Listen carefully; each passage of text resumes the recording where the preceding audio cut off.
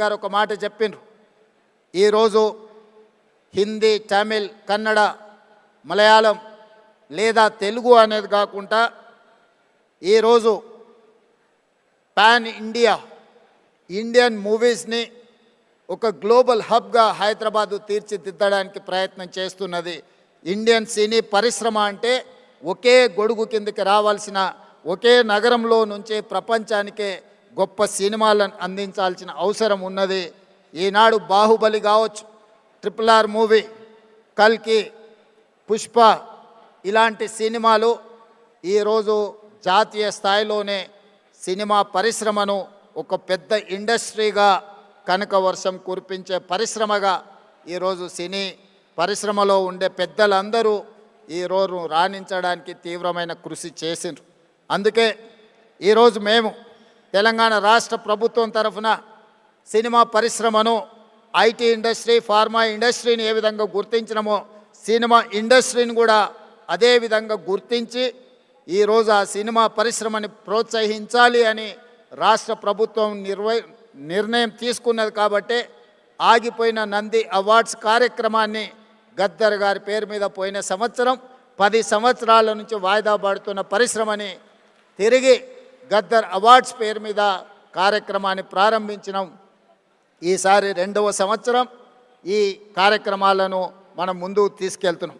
ఈ కార్యక్రమంలో ఖుష్బూ గారు లాంటి వాళ్ళు, జయసుధ గారు లాంటి వాళ్ళు వీళ్ళందరూ కూడా రావడం, ఈరోజు అవార్డ్స్ రిసీవ్ చేసుకున్న నాగ్ చైతన్య, రష్మిక వీళ్ళందరూ కూడా youngsters, they are upcoming stars, they are going to create history. వాళ్ళందరూ కూడా అవార్డ్స్ ఇవ్వడానికి సీనియర్స్ అందరూ కూడా ఇక్కడికి వచ్చి వాళ్ళని భుజం తట్టి ప్రోత్సహించినందుకు ఈరోజు వాళ్ళందరినీ కూడా తెలంగాణ రాష్ట్ర ప్రభుత్వం తరఫున నేను మనస్ఫూర్తిగా అభినందిస్తున్నా. నా వైపు నుంచి నేను ఒకే మాట చెప్పదలుచుకున్నా. As a Telangana chief minister, I have a responsibility, I have a accountability. I have to encourage my people. I have to identify talent. I have to give space to perform them.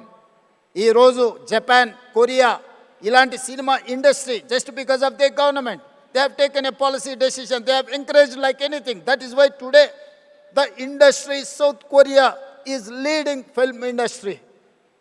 అందుకే ఈరోజు తెలంగాణ రాష్ట్రం తరఫున cinema పరిశ్రమను ప్రోత్సహించి ఈరోజు Japan, Korea నుంచి US వరకు ఈరోజు మనం ఉండే ఇండస్ట్రీని హైదరాబాద్ నగరానికి ఆహ్వానించి ఇక్కడి నుంచే ప్రోత్సహించాలి అని మా ప్రభుత్వం నిర్ణయం తీసుకున్నది.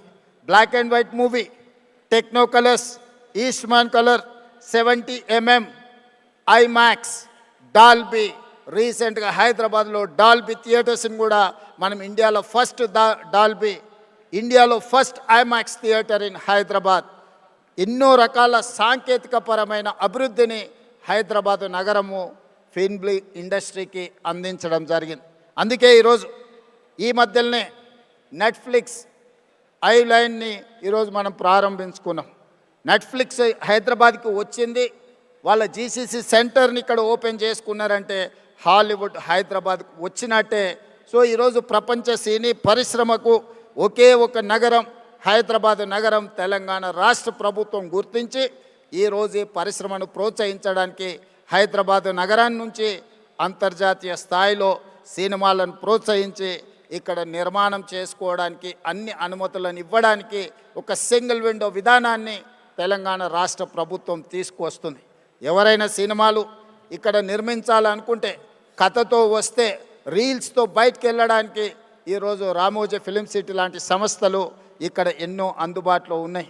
రాష్ట్ర ప్రభుత్వం నుంచి కావలసిన అనుమతులను సింగిల్ విండో ద్వారానే ఇవ్వడానికి ఈరోజు మా ఉప ముఖ్యమంత్రి వర్యులు బట్టి విక్రమార్క గారికి నేను సూచన చేస్తున్నా. We have to create a platform where they can get all permissions in online. They need not to come to office, they need not to go pole to pillar, they need not to worry about their permissions for their shooting. So we have to create a platform. Technology is rising like anything. AI is impacting on our lives. So we have to use every platform to give permissions to encourage film industry. So that is why my ambition is Hyderabad has to in global. Hyderabad is the global destiny of film industry. We have to promote our city. అందుకే ఈరోజు cinema పరిశ్రమను ప్రోత్సహించడమే కాకుండా Telangana Gaddar film అవార్డ్స్ని Gaddar గారి పేరు పెట్టడానికి ఒక కారణం ఉన్నది. గద్దర్ ప్రజా యుద్ధ నౌక.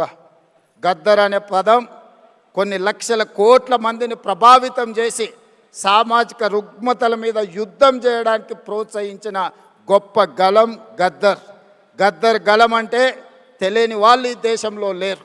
గద్దర్ని మొట్టమొదటిసారి తెర మీద చూపించింది నాకు తెలిసినంత వరకు రంగుల కళలో నరసింహరావు గారు ఇక్కడనే ఉన్నారు.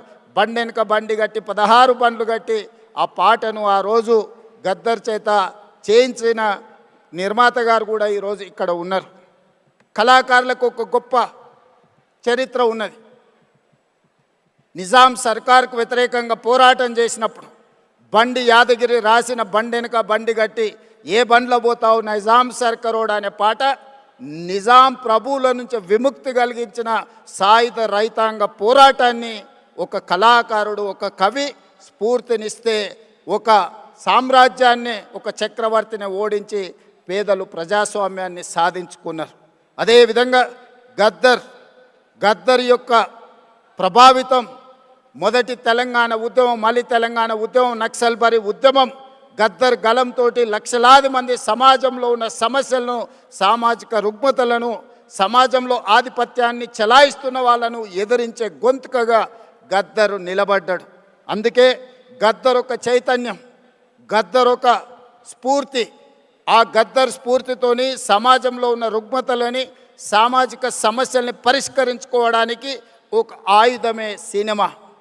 సినిమా అత్యంత ప్రభావితమైన శక్తి, ఒక weapon. The most powerful weapon is movie, film. We can use that film to for reach any goal. అందుకే ఈరోజు ఈ ఫిల్మ్ అవార్డ్స్కి గద్దర్ గారి పేరు పెట్టి ఇది double edged weapon. We can use good, we can use bad.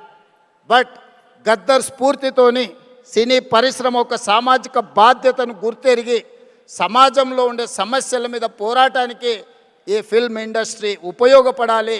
సామాజిక సమస్యల్ని పరిష్కరించడానికి ఈ పరిశ్రమను వినియోగించుకోవాలని మా ప్రభుత్వము భావిస్తున్నది.